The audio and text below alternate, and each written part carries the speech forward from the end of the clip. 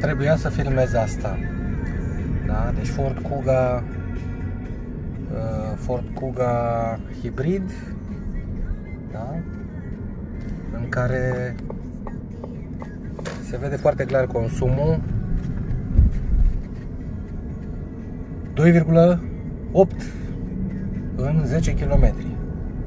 Ce-i drept, da, e un consum în localitate, deci nu extraurban, în care mașina a mers în modul hibrid mult mai mult, în modul electric, pardon.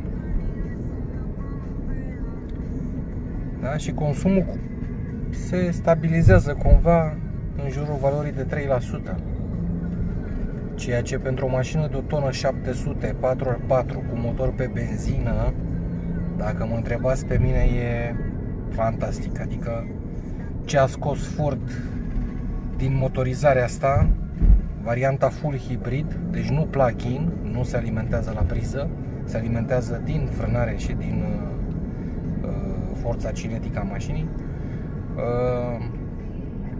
Ce a scos Ford din asta e fantastic, adică fantastic.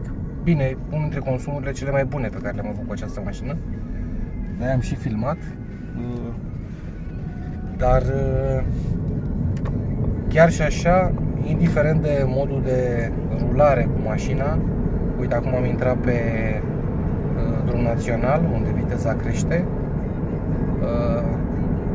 dar o să vedeți că nu, da, deci drum național, mergem în ritm normal de drum național, da. O să mai crească puțin consumul, probabil. O să ajungem probabil în jurul valorii de... puteam să ne uităm la fel de bine în... Da, este de la început 4,2, deci consum mediu, pentru că ultima...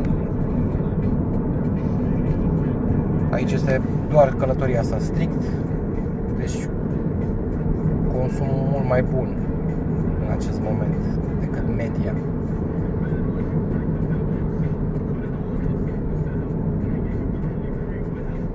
Poate mulți se întreabă cât consumă în regim de autostradă.